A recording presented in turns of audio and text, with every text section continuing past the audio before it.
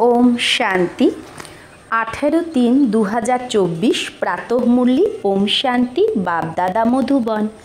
बाबा बोलेছে মিঠে बच्चे বিচার সাগর মন্থন করে এমন একটা টপিক বের করো যাতে সব জায়গায় একটাই টপিকে ভাষণ চলে। এটাই হলো তোমাদের ইউনিটি। তো আমাদের ইউনিটি কি? বাবা বলছে বিচার সাগর মন্থন করে একটা এইরকম টপিক বের করো যাতে সব জায়গায় একটাই টপিকে ভাষণ চলে। এটাই হলো তোমাদের ইউনিটি। প্রশ্ন, কোন মেহনত করতে করতে তোমরা বাচ্চারা পাস উইথ অনার হতে পারো? উত্তর, কর্মবন্ধন থেকে অতীত হও। যখন কারো সাথে কথা বলবে তো আত্মা ভাই ভেবে কথা বলো, ভাইকে দেখো। বাবার কাছে শুনছো তাও বাবাকে ভ্রুকুটিতে দেখো। তাই বাবা বলছে বাবার থেকে যখন তুমি মুরলি শুনছো তখন শিব বাবাকে ব্রহ্মার ভ্রুকুটিতে দেখো। ভাই ভাইয়ের দৃষ্টির দ্বারা সেই স্নেহ আর সম্বন্ধ পাক্কা হয়ে যাবে। এইটাই হলো মেহনতের কাজ। এর দ্বারাই পাস উইথ অনার হয়ে যাবে। উঁচু পথ যে পায় সেই বাচ্চা এই পুরুষার্থ অবশ্যই করবে। কোন পুরুষার্থ? আত্মা দেখার পুরুষার্থ।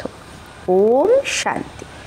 মিষ্টি মিষ্টি বাচ্চাদের বোঝানো হয়, কি বোঝানো হয়? যে এটা হলো মৃত্যু লোক আর তার তুলনায় অমর লোকও আছে। ভক্তি মার্গে দেখায় শঙ্কর পার্বতীকে অমর কথা শুনিয়েছে।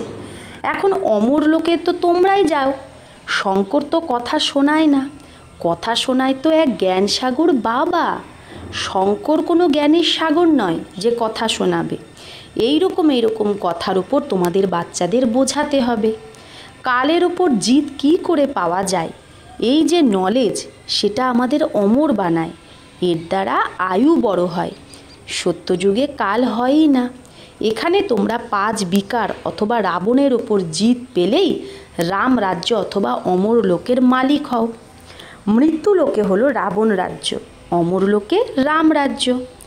দেবতাদের কখনো কাল খায় না, সেখানে কালের জমঘট হয় না। তো এই টপিকও খুব ভালো। মানুষ কালের ওপর বিজয় কিভাবে পেতে পারে। ইয়ে সারি জ্ঞান কি বাতে, এগুলো সব জ্ঞানের কথা। ভারত অমরলোক ছিল, কত বড় আয়ু ছিল। সাপের উদাহরণও সত্য যুগের জন্যই। এক খাল ছেড়ে আর এক খাল নেয়। একে বলা হয় বেহদের বৈরাগ্য। জানে সারা দুনিয়ার এখন বিনাশ হবে, এই পুরানো শরীরও ছাড়তে হবে। এটা 84 জন্মের পুরানো খোলস আমাদের। অমর লোকে এইরকম হয় না। সেখানে বোঝে, কি বোঝে? যে এখন শরীর বড় জর্জরীভূত হয়ে গেছে, আমি একে ছেড়ে নতুন শরীর নেব। তখন সাক্ষাৎকারও হয়। তো বোঝাটাকেই সাক্ষাৎকার বলে। আমাদের এখন নতুন খাল তৈয়ার হুইয়ে হে, এটা বোঝে যে আমার নতুন খোলস, নতুন শরীর তৈরি হয়েছে, পুরানো শরীরটাকে এখন ছাড়তে হবে। তো ওখানে এরকমই হয়। ওকে বলা হয় অমর লোক, যেখানে কাল আসে না। নিজেরাই সময়ে নিজের স্বেচ্ছায় শরীর ছাড়ে।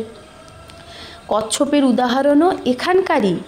কাজ করে আবার অন্তর্মুখী হয়ে যাও। কচ্ছপ কী করে? কখনো তার সেই শরীরটা বের করে আর কখনো সব গুটিয়ে নেয়। তাই বাবা বলছে তোমরাও যখন কাজ করবে করো, করে আবার অন্তর্মুখী হয়ে যাও। এই সময়ের উদাহরণ আবার ভক্তি মার্গে মানুষ কপি করে, কিন্তু শুধু বলা মাত্র বলে দেয়, বোঝে কিছুই না। এখন তোমরা তো বোঝো রাখি উৎসব, দশহারা, দীপমালা, হোলি আদি সব এই সময়েরই, যেটা ভক্তি মার্গে চলে। তো এই কথা সত্য যুগে হয় না। এগুলো এরকম টপিক রাখো, লেখো।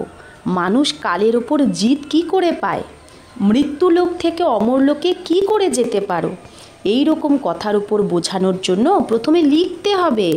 যেরকম নাটকের স্টোরি লেখে, আজ অমুক নাটক আছে, তোমাদেরও পয়েন্টের লিস্ট হোক, আজ এই টপিকের ওপর বোঝানো হবে। রাবণ রাজ্য থেকে দৈবী রাজ্যে কিভাবে যেতে পারো, বোঝানো ভাল একই যেন হয়, কিন্তু ভিন্ন ভিন্ন টপিক শুনলে খুশি হবে যে বেহদের বাবার থেকে বেহদের বর্ষা কি করে পাওয়া যায়। যেই রকম সন্ন্যাসীদের খবরের কাগজে পড়ে যে আজ 125তম যজ্ঞ রচেছে, তাতে এই শোনাবে। এখানে তো বাবা বলে আমি একবারই যজ্ঞ রচনা করি, যার দ্বারা সারা পুরানো দুনিয়া সোয়াহা হয়ে যায়। মানুষ তো অনেক যজ্ঞ রচনা করে, জুলুস আদি করে। এখানে তো তোমরা জানো এই রুদ্র শিব বাবার একটাই যজ্ঞ, যাতে সারা পুরানো দুনিয়া সোয়াহা হয়ে যায়, নতুন দুনিয়া স্থাপনা হয়ে যায়, আর তোমরা গিয়ে দেবতা হয়ে যাও। এটাও বাবা তোমাদের বোঝায়। রচয়িতা বাবাই এসে নিজেরা রচনার আদি মধ্য অন্তের সারা নলেজ দেয় আর রাজযোগও শেখায়। সত্যযুগে হলোই পবিত্র দেবতা, তারা রাজত্বও করে। তাকে বলা হয় আদি সনাতন দেবী দেবতা ধর্ম। এটাও টপিক রাখতে পারো যে আদি সনাতন সত্যযুগী দেবী দেবতা ধর্মের স্থাপনা কি করে হচ্ছে, বিশ্বের শান্তি কিভাবে স্থাপন হয়, এসে বোঝো। পরমপিতা পরমাত্মা ছাড়া বিশ্বে শান্তি স্থাপন করার রায় আর কেউ দিতে পারে না। তো যে রায় দেয় সে প্রাইজও পায়।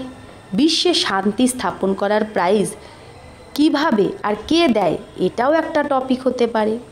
এই রকম বিচারসাগর মন্থন করে টপিক বের করা উচিত। এই রকম প্রবন্ধ হোক যাতে সব জায়গায় একটাই টপিক হোক, সবার কানেকশান থাকে। এই রকম লিস্ট বানিয়ে প্রথমে ইশারা দেওয়া উচিত, তারপরে সমাচার দিল্লিতে আনা উচিত। সবাই যেন জানতে পারে সব জায়গায় একই ভাষণ চলেছে। একেই বলা হয় ইউনিটি। সারা দুনিয়ায় ডিসইউনিটি আছে। রামরাজ্যের গায়ন আছে যে বাঘ গরু একসাথে জল পান করে। ত্রেতাতে এইরকম গায়ন আছে, তো সত্যযুগে কেন হবে না? ত্রেতাতেই যদি এরকম গায়ন থাকে বাঘ গরু এক ঘাটে জল খায়, তো সত্যযুগে কি হবে না? বাকি শাস্ত্রে তো অনেক কথা লিখে দিয়েছে। তোমরা তো বাবার থেকে একটাই কথা শোনো। দুনিয়ায় ঢের কথা বানাতে থাকে। দাপর থেকে নিয়ে কলিযুগ পর্যন্ত যত শাস্ত্র আদি চলে, সেখানে তো এগুলো কিচ্ছু হয় না। ভক্তি মার্গে সব কথা পুরো হয়ে যায়। এখানে তোমরা যা কিছু দেখছো এগুলো সব ইভিল। তাকে দেখেও দেখো না, শুনেও শুনো না। এখন যে বাবা বোঝায় সেটাই বুদ্ধিতে রাখো। এই সঙ্গমযোগী ব্রাহ্মণ কত উঁচু, দেবতাদের থেকেও উঁচু। এই সময় আমরা সব ঈশ্বরীয় সন্তান, ধীরে ধীরে বৃদ্ধি পাচ্ছে। এত সহজ কথাও কারো বুদ্ধিতে আসে না। আমরা ঈশ্বরীয় সন্তান, তো নিশ্চয়ই স্বর্গের মালিক হওয়া চাই, কারণ সেই বাবা হলো স্বর্গের স্থাপনা করছে। কোটি কোটি বছর বলে দেওয়ার কারণে কোনো কথাই মানুষের মনে থাকে না। বাবা এসে মনে করায় যে এটা তো 5000 বছরের কথা, তোমরা দেবী দেবতা ছিলে, এখন আবার তোমাদের সেই দেবী দেবতাই বানাচ্ছে।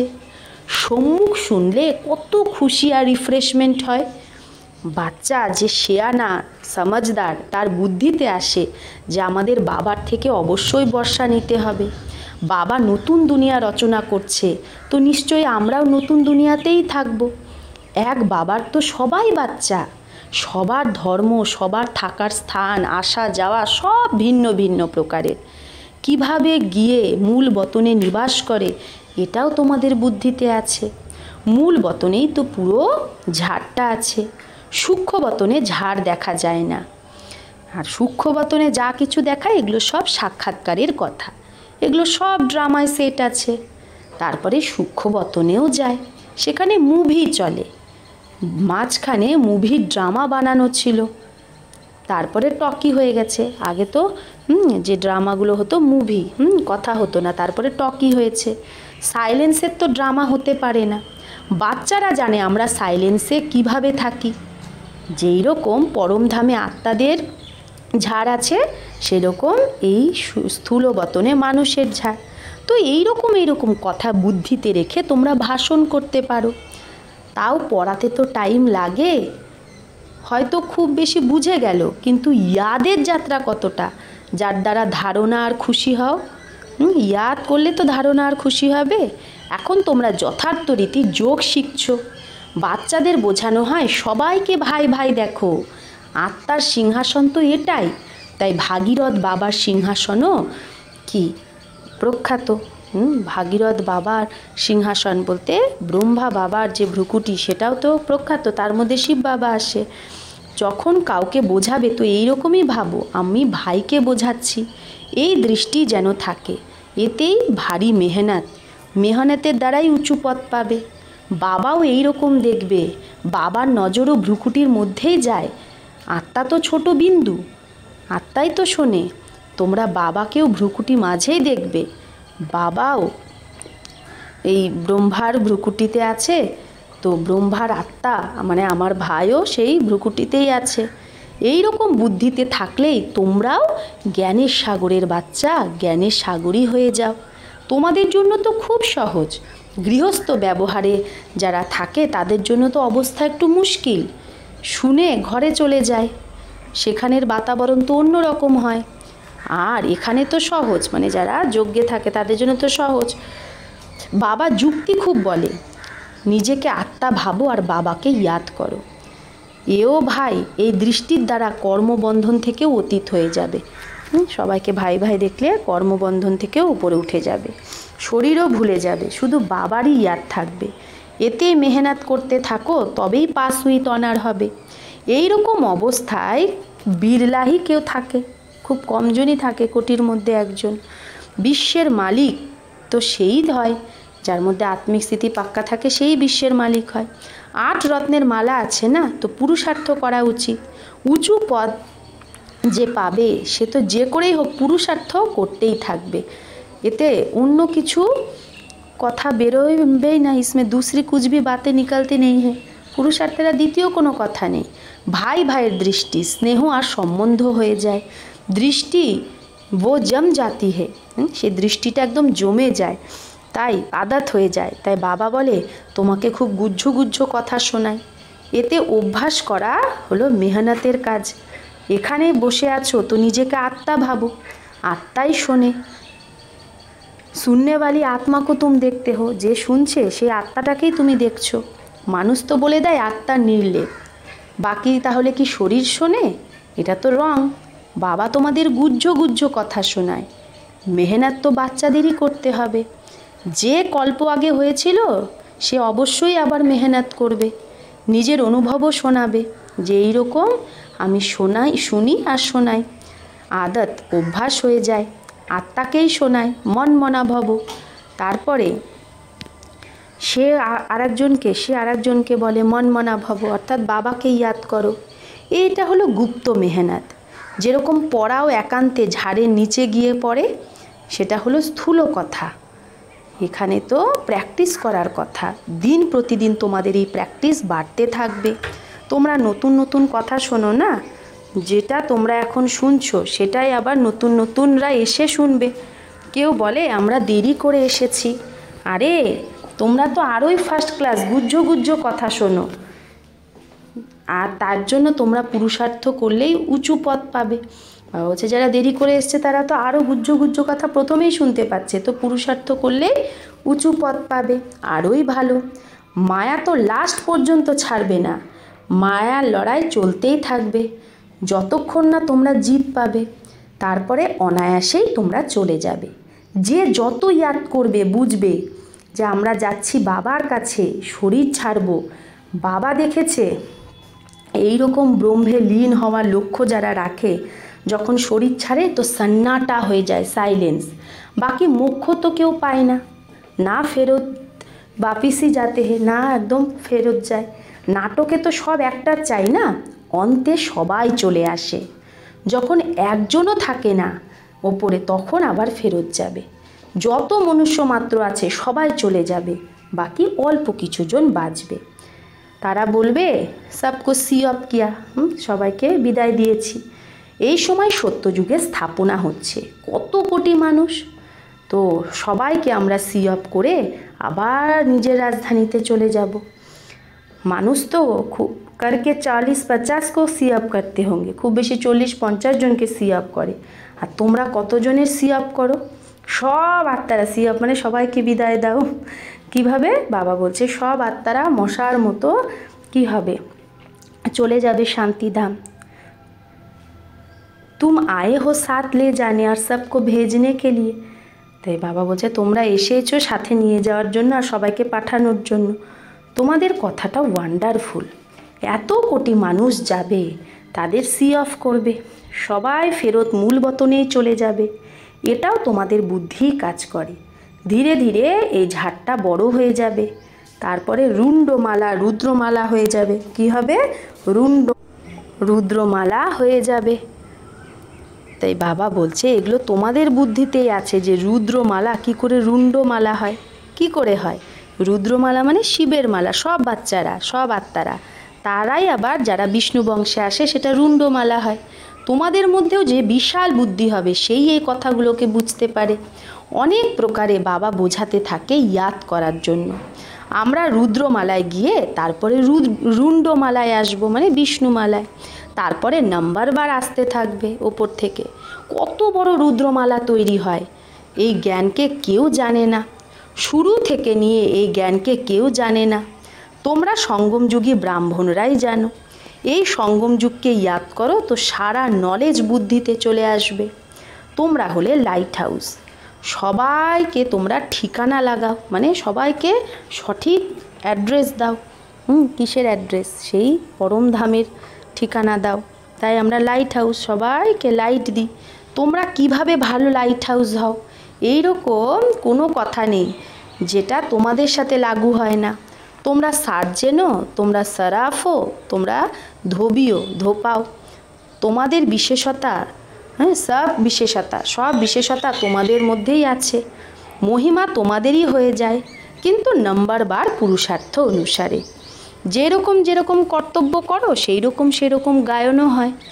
বাবা তো ডাইরেকশান দেয়, তার উপর বিচার করা, সেমিনার করা, এটা তোমাদের বাচ্চাদেরই কাজ। বাবা মানা করে না। আচ্ছা, অনেক শোনালে কী লাভ? বাবা বলে মন মনা ভব।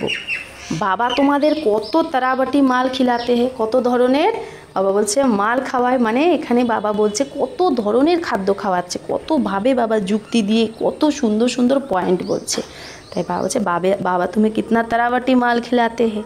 अच्छा, मीठे मीठे सिकिलत है बच्चों प्रति माता पिता बाप दादा का याद प्यार और गुड मॉर्निंग। रूहानी बाप की रूहानी बच्चों को नमस्ते। हम रूहानी बच्चों की रूहानी माता पिता बाप दादा को याद प्यार गुड मॉर्निंग और नमस्ते नमस्ते नमस्ते। शुक्रिया बाबा, आपको लाख लाख शुक्रिया। ধারণার জন্য মুখ্য সার। 1, সদা যেন নেশা থাকে যে আমরা সঙ্গমযুগী ব্রাহ্মণ দেবতাদের থেকেও উঁচু, কারণ এখন আমরা ঈশ্বরীয় সন্তান, আমরা মাস্টার জ্ঞানের সাগর। সব বিশেষতা এই সময় আমাদের মধ্যে ভরে যাচ্ছে। 2, যেটা বাবা বোঝায় সেটাই বুদ্ধিতে রাখতে হবে, বাকি কিচ্ছু শুনেও শুনো না, দেখেও দেখো না। Hear no evil, see no evil.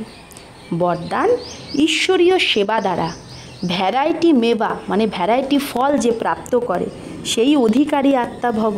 তো ঈশ্বরীয় সেবা দ্বারা ভ্যারাইটি ফল যে প্রাপ্ত করে সেই অধিকারী আত্মা ভব। বলা হয় করো সেবা তো মিলে মেবা, সেবা করো তো ফল পাবে। ঈশ্বরীয় জ্ঞান দেওয়াও হলো ঈশ্বরীয় সেবা। যে এই সেবা করে সে অতীন্দ্রিয় সুখের, অতীন্দ্রিয় শক্তির, খুশির ভ্যারাইটি ফল পেতে থাকে। তোমরা ব্রাহ্মণরাই তার অধিকারী হও। হ্যাঁ, এই ফলের অধিকারী আমরা ব্রাহ্মণরাই হই, কারণ বাবা বলছে তোমাদের কাজই হলো ঈশ্বরীয় পড়া আর পড়ানো, যার দ্বারা সবাই ঈশ্বরের হয়ে যায়। তো এই রকম ঈশ্বরীয় সেবা করলে ঈশ্বরীয় ফলের অধিকারী হয়ে যাবে। এই নেশাতেই থাকো যে আমি যদি এই ঈশ্বরীয় সেবা করি তাহলে ঈশ্বরীয় ফলের অধিকারী হয়ে যাব, এই নেশাতে থাকো। স্লোগান, বাবার সাথে থেকে কর্ম করো তো ডবল লাইট থাকবে। বাবা বলছে বাবার সাথে থেকে কর্ম করলে কি হবে? ডবল লাইট থাকবে। আচ্ছা, ওম শান্তি।